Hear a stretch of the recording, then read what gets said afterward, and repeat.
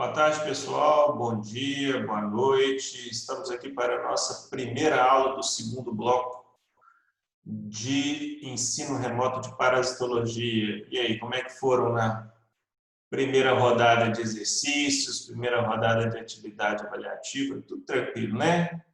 Então, o segundo bloco não vai ser diferente, a gente vai ter só a aula prática como uma coisa diferente da primeira, mas tudo tranquilo, parasitologia, ó, moleza.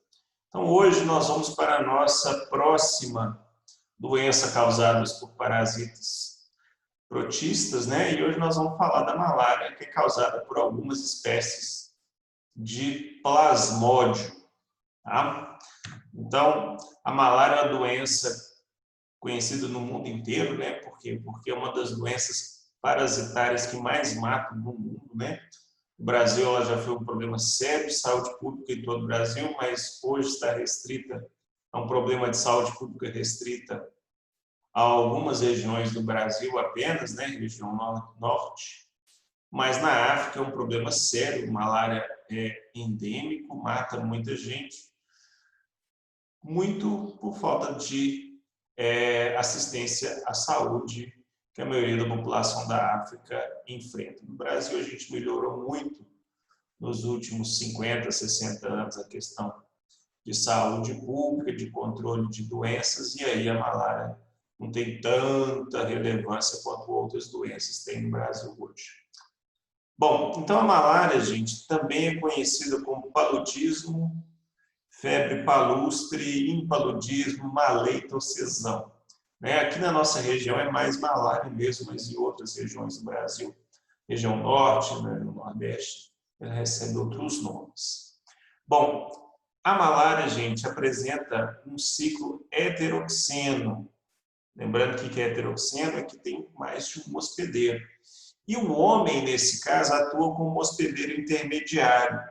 Aí a gente vai ter que entrar de novo com aquele conceito de hospedeiro intermediário e hospedeiro definitivo. Qual que é? Se vocês estiverem se lembrando desses primeiros conceitos, voltem lá nas primeiras aulas que a gente viu, nas aulas presenciais, onde eu dei os primeiros conceitos, eles vão ser úteis agora. Então, vocês voltam lá, depois continua aqui, né? Esse aqui é o bom da aula remota. Vocês podem parar o vídeo, ir lá procurar uma informação e continuar a partir daí. Então, hospedeiro intermediário e definitivo, gente, serve para parasitos que apresentam ciclo sexual, ou seja, são aqueles que produzem gametas e ocorrem fenômenos de fecundação.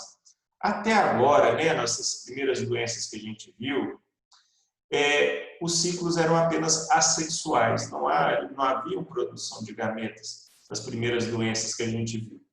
Então, hoje nós vamos ver a nossa primeira doença causada por um parasita que tem fases sexuais no seu ciclo de vida.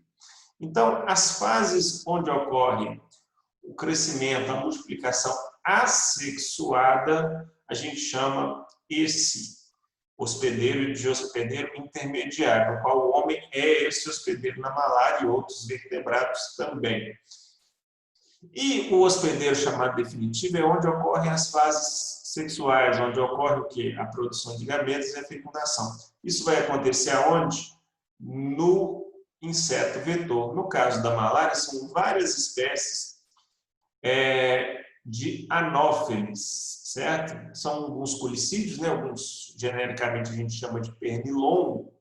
Então, esse tipo de inseto, né, os anofelíneos, os membros do gênero Anopheles, que são os hospedeiros definitivos. É lá que vai ocorrer o quê? A fecundação dos gametas.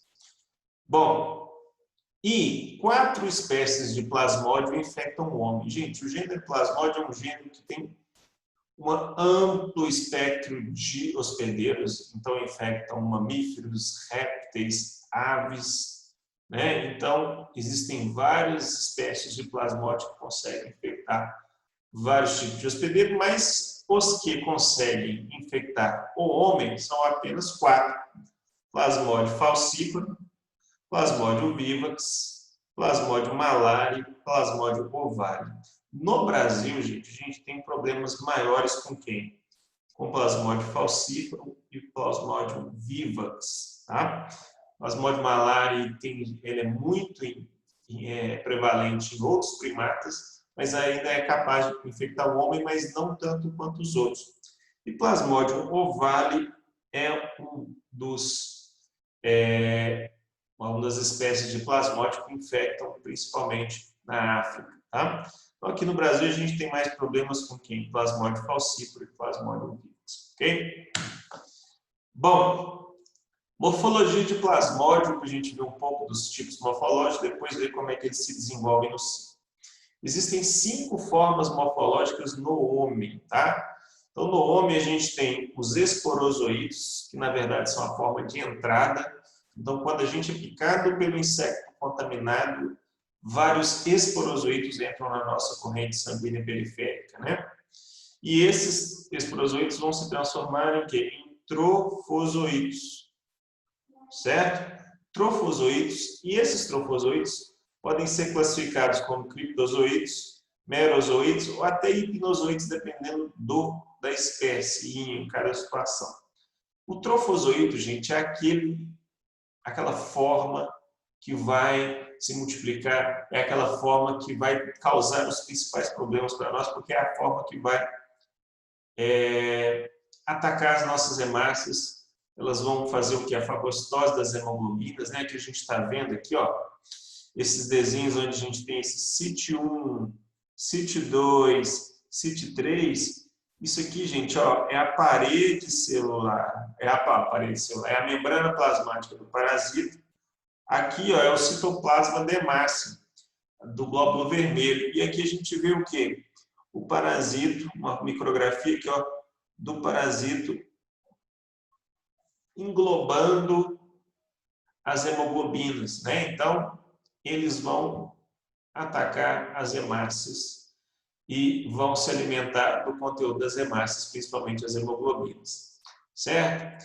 Então, o trofozoído é uma das formas, é a forma mais comum que a gente encontra, né? Existe o esquizonte, também nós vamos falar dele daqui a pouco. Os gametócitos, né, que são o quê? Aqueles parasitos, aquelas células que se diferenciam das outras, que em vez de continuar o ciclo assexuado, elas vão partir para um ciclo sexuado, elas vão se transformar ali, vão formar ali os gametas, que vão fecundar, vão participar da fecundação só lá no inseto, certo? E ainda a gente tem uma outra forma só presente em Plasmodium vivax, que ocorre em alguns casos no ciclo de Plasmodium vivax.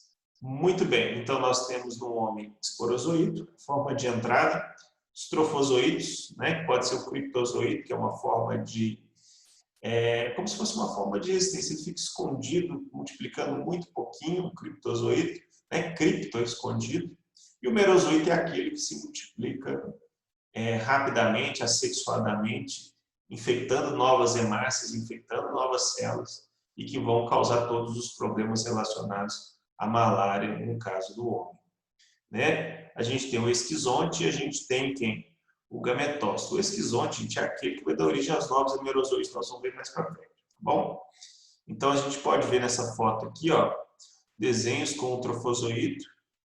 Então, esse vermelhinho em volta aqui é a hemácia, e o trofozoído lá dentro. E aqui um trofozoído jovem, onde a gente vê claramente, ó, a forminha anel. Não precisam preocupar com esses detalhes agora, porque nós vamos ver essas morfologias em detalhe na aula prática. Na aula prática serve para a gente ver essas morfologias em destaque. O gametócito aqui dentro é aquele que vai dar origem aos gametas.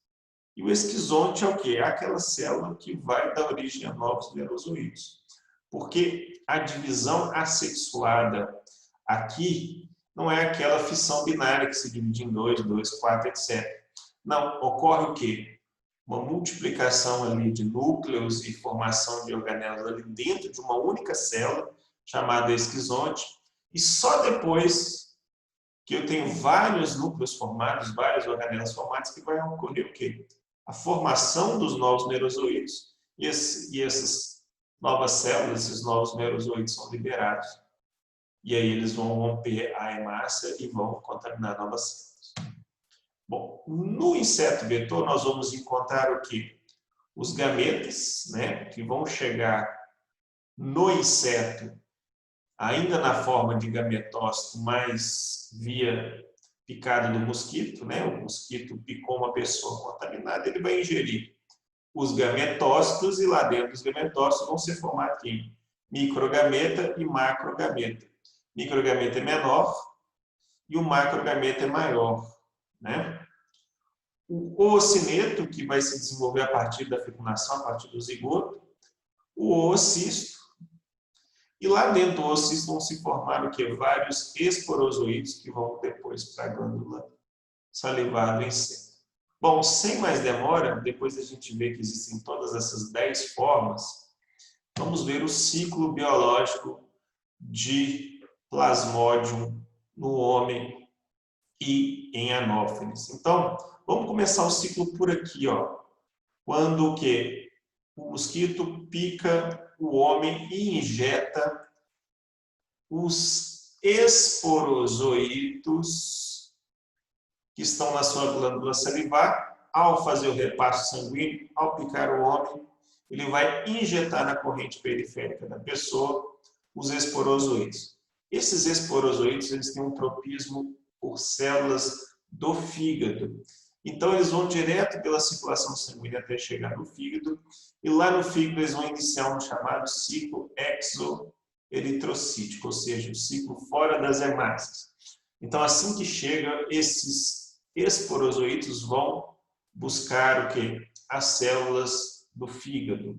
Lá nas células do fígado eles vão se multiplicar, formando o quê? Os hipnozoítos, que são grupos formados lá em Plasmodium vivax, que ficam dormentes por anos, né? Podem se formar ali também os criptozoítos, mas o grosso mesmo que vai fortalecer a infecção é o quê? É a multiplicação desses parasitas na forma de merozoítos. Então, nas células do fígado vão ser formados vários merozoítos a partir de cada um dos esporozoítos que conseguiram chegar nas células do fígado.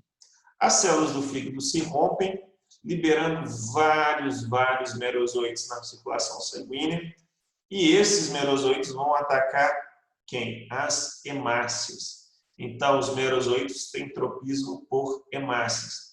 Dentro das hemácias, eles vão se alimentar, vão crescer e vão se multiplicar em novos merozoítos. Então, quando eu tenho ali uma célula, uma hemácia cheia de quê? De novos merozoítos em formação, a gente fala que essa célula é o esquizonte. Por quê? Porque essa forma de multiplicação, que não é binária, é uma forma chamada de esquizogonia, onde eu formo ou merogonia. A gente forma várias células dentro de uma única célula, depois elas se formam liberando várias células filhas. E essas várias células filhas são liberadas da hemácia e vão o quê? Encontrar novas hemácias. Nós vamos ver que esse ciclo de liberação de novos merozoítos na corrente sanguínea, infecção de novas hemácias, ocorre de 3 a 4 dias de acordo com cada espécie, e isso está muito relacionado com os sintomas que nós vamos ver. Então, guardem que o ciclo eritrocítico é o ciclo onde o quê? Os merozoítos infectam as hemácias, se multiplicam lá dentro e vão colonizar novas hemácias. E esse ciclo dura de 3 a 4 dias, dependendo da espécie de parasita. Ok? Bom, nem todos os merozoítos vão infectar outras hemácias. Alguns merozoítos vão se transformar em quê? Em gametócitos. Então, ou macrogametócitos ou microgametócitos. Qual a diferença? Existem diferenças morfológicas, mas a diferença funcional maior é que o macrogametócito vai formar macrogameta, que é um gameta maior, e o microgametócito vai formar microgametas, que são gametas menores, que vão viajar ao encontro do macrogameta. Mas isso não acontece no homem. Por quê? No homem, eu formo apenas os macrogametócitos e os microgametócitos, certo? E esses danadinhos vão ficar onde? Na corrente sanguínea periférica da pessoa. E quando o mosquito não infectado pica uma pessoa infectada, ele vai ingerir sangue, vai ingerir hemácias, e essas hemácias vão conter quem? Microgametócitos e macrogametócitos, além de merozoítos também, mas os merozoítos não importam agora, porque eles não se desenvolvem lá no mosquito. O importante são quem? São os macro e microgametócitos que vão para onde? Vão parar lá no intestino do mosquito. Lá dentro do intestino do mosquito, o que vai acontecer? O microgametócito vai desenvolver microgametas e o macrogametócito vai desenvolver o macrogameta. Microgametócito, então, vai o quê? Fecundar o macrogameta, gerando um zigoto. Esse zigoto é móvel e vai se transformar no quê? No oocineto. Esse oocineto vai migrar, gente, para a parede do intestino, mas não para a parede de dentro do intestino, onde passa o alimento ali. Ele vai perfurar, ele vai passar por entre as células da parede do intestino e se alojar na parte externa da parede do intestino, ali na cavidade, ali no celoma do inseto, ou seja, no intestino pelo lado de fora. Lá, esse oocineto vai se transformar num oocisto. E esse oocisto vai fazer uma multiplicação de células novas ali, formando o quê? Os esporozoítos. Esse processo de gerar esporozoítos a gente chama de esporogonia, certo? Então, eu tenho esquizogonia no homem e esporogonia no inseto. A esquizogonia forma merozoítos no homem, esporogonia vai formar esporozoítos no inseto. Esses esporozoítos formados, gente, eles vão o quê? Viajar pela cavidade do celoma, né? Pela parte interna do mosquito, e vão entrar onde? De volta na glândula salivar do mosquito. Vai ficar ali do lado de dentro da glândula salivar do mosquito. Para quê? Para que quando o mosquito pique uma nova pessoa, porque ele vive disso, né? Ele é um hematófago, ele vai injetar esporozoítos num novo hospedeiro, e esse hospedeiro vai desenvolver o ciclo novamente, com esporozoítos indo para o fígado, do fígado, merozoítos vão para a corrente sanguínea, vão parasitar as hemácias e a doença séria. Ok? Bom, então, gente, vamos falar um pouco da doença. A evolução da doença, ela não se manifesta, ou seja, a pessoa não vai manifestar sintomas até as suas hemácias começarem a ser o quê? Parasitadas, porque os sintomas decorrem da infecção das hemácias. Então, da picada até a chegada ao fígado e o desenrolar do ciclo exoeritrocítico, ou seja, no ciclo no fígado, nada acontece. O grande problema é quando os merozoítos formados no fígado começam a atacar as hemácias. Por quê? Porque a patogenia da doença, o que causa mal na doença, está relacionada a 4 fatores principais. Primeiro, é a destruição das hemácias pela entrada desse parasita e saída, a liberação de restos celulares também por parte desses parasitas. Segunda coisa que pode causar problema para a pessoa, nós vamos ver em detalhe daqui a pouco, são os processos inflamatórios decorrentes da infecção.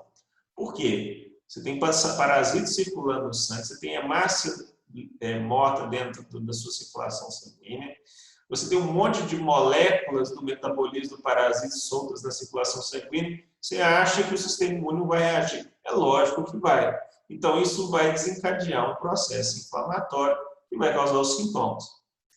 Ainda, a gente pode ter um sequestro de hemácias no capilar. Não é o parasita que sequestra hemácia, não, gente. É o seguinte, as hemácias, quando parasitadas ou quando estimuladas pela infecção, elas podem se aderir ao capilar e não circular. E aí você pode ter sintomas decorrentes disso. Por quê? Porque vai formar esses trombos ali, vai desencadear novos processos inflamatórios, causando mais sintomas. E esses processos inflamatórios decorrentes da parada dessas hemácias ali, pode causar um quarto tipo, que são a lesão dos capilares, que aí vai piorar mais ainda os sintomas da doença. Então, a grande fonte de sintomas vem do quê? Vem da destruição das hemácias por parte do parasita. Porque, além de atacar as hemácias e consumir o conteúdo lá de hemoglobinas das hemácias, essas hemácias, mesmo quando elas não são penetradas pelo parasita, elas são o quê? São marcadas com moléculas do parasita que tentar entrar dentro delas. Só que o que acontece? Quando essas hemácias passam pelo baço, que é um órgão ali que a gente tem que meio que filtra algumas células, alguns resíduos, elas são destruídas ali. Então você perde todas aquelas células, além daquelas que você já perdeu pela infecção pelo parasita, todas aquelas que foram apenas marcadas, foram só lambidas ali pelo parasita, elas são destruídas. E isso pode gerar até uma disfunção do tecido hematopoético, dependendo da infecção. Então, eu vou perder muita célula vermelha. E quando a gente perde célula vermelha, eu tenho o quê? Sintomas de anemia. Então, a anemia é o principal sintoma da malária e tudo que decorre da anemia. Se você não tem o quê? A célula que leva o oxigênio para os tecidos, respiração aeróbia fica defasada. E aí eu tenho o quê? Prejuízos metabólicos diversos. Principalmente para quem? Para aquelas células, para aqueles tecidos que mais sentem falta do oxigênio. Músculo e cérebro. Esses caras não vivem sem oxigênio. Muito bem. E aí que entra o que eu falei para vocês mais para trás do ciclo. A cada 3 dias, o que? Eu tenho um ciclo de infecção, desenvolvimento dos parasitas e estoura os hemácias. Então, não é esse sintoma aí, não é esse efeito de estourar as hemácias, liberar um monte de porcaria na corrente sanguínea que vai desencadear processo inflamatório. Então, a cada 3 dias eu tenho isso. Então, a cada 3 dias eu vou ter manifestações de febre. Então, a gente chama isso de febre terçã, ou seja, a cada 48 horas, de 3 em 3 dias, ou dependendo da espécie, a espécie que demora um pouquinho mais para desenvolver esse ciclo, aí vai desenvolver em cada 4 dias, em média, eu chamo isso de febre quartã. Gente, então, esses são os principais sintomas diagnósticos da malária. Malária, anemia, e a febre de 3 em 3 horas é a febre de 4 horas, 3 em 3 horas, não, desculpa. A febre de 3 em 3 dias, é a febre terçã, e a febre de 4 em 4 dias, que é a febre quartã. Qual que é a causa disso? É o tempo do ciclo.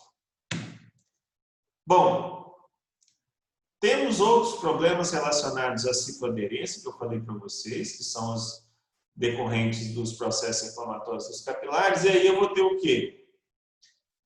Redução do fluxo do oxigênio nesses capilares. Esses capilares vão estar entupidos ou lesados, e aí eu vou ter o quê? O que a gente chama de malária grave. E quanto maior for a sua capacidade, o seu perfil de desencadear a resposta inflamatória, mais sintomas você vai sentir, porque a gente acabou de ver, o principal problema da malária nem é a infecção, é a reação inflamatória, a reação imune que você tem contra aquele parasita ali. Gente, então, a malária, ela tem muita relação com o hospedeiro. Então, parasitos e hospedeiros, aquela interação entre o quanto que você desenvolve a resposta inflamatória e quais são as características do parasita que vão definir se os sintomas serão mais graves ou menos graves. Então, aqui, ó, a gente mostra para vocês os principais sintomas. Então, dor de cabeça decorrente à falta de oxigênio no cérebro, dores nos músculos, falta também, fraqueza, a febre. Então, esses são os principais sintomas da malária. E na malária grave, que são aquelas pessoas que têm problemas mais sérios, vão ter o que a gente chama de insuficiência renal grave, edema pulmonar, porque aí outros órgãos vão ser acometidos. Epidemiologia, gente. Então, na epidemiologia da malária, a gente tem o quê? que a distribuição é global, ocorre em todos os continentes, mas muito restrita às regiões tropicais e regiões subtropicais. E está muito ligado também ao que? A disponibilidade do inseto vetor. É igual a gente já viu, é a tríade epidemiológica. Se eu não tenho um vetor para transmitir do hospedeiro para outro, o ciclo não se completa. Se eu tenho o vetor, o ciclo se completa. E aqui a gente vê que no Brasil, o quê? Hoje nós temos uma concentração maior nas regiões centro-oeste e norte do país, principalmente pela grande quantidade de áreas ainda florestadas, a grande quantidade de mosquitos, pouco acesso a médico, a assistência médica, e a gente tem problemas sérios de malárias nessas regiões ainda, mas tende a diminuir, tá? Bom, como é que a gente tenta controlar? A primeira coisa que a gente tem que fazer, como sempre, é o tratamento dos doentes. Tá? Os doentes são a nossa primeira fonte, a nossa primeira etapa no processo de tratamento, porque aí eu tiro pessoas infectadas para novos mosquitos tentarem infectar ali e ainda dou um tratamento adequado à pessoa. Em ambientes urbanos, ainda se utiliza o quê? Inseticidas, né? Os fumacês. Mas o grande efeito mesmo é quando a gente combate o quê? Os criatórios do mosquito, assim como a gente faz com a dengue. Então, para que a gente combata as larvas, precisa do dono da casa tomar cuidado da casa. Então, por isso que é importante também o quê? Estratégias de educação em saúde, para que as pessoas cuidem bem de sua casa, evitando a formação de criatórios. E, de novo, gente, melhoria na condição de vida. Quanto maior os sintomas, é porque você pode ter problemas de interação com esse parasita. Então, melhoria em condições alimentares ajuda, principalmente quando a pessoa já está em quadro de anemia. E também melhoria no acesso ao atendimento médico, né? Quanto mais cedo a pessoa começa a ser medicada, menos ele vai ter os sintomas. O tratamento, né? O tratamento hoje era uma droga que ninguém sabia para que servia, onde que tinha. Hoje lá está na moda. Então, o principal tratamento é com cloroquina, gente. Ah, cloroquina aí, ó. Então, mas existem outras, como primaquina, mefloquina e coisas derivadas aí desse mesmo grupo químico, tá bom? Então, essa, gente, é a aula de malária. Espero que vocês consigam entender. Se ficou uma coisa para trás, estudem o texto. Se não conseguirem estudar o texto, se ficou alguma dúvida, faça uma pergunta lá no nosso chat ou no grupo do WhatsApp, ou espere nosso momento de encontro ao vivo. Espero que vocês estejam bem. Vamos finalizar essa aula e encontro vocês na próxima aula desse bloco, onde nós vamos falar de toxoplasmose. Ok? Abraço!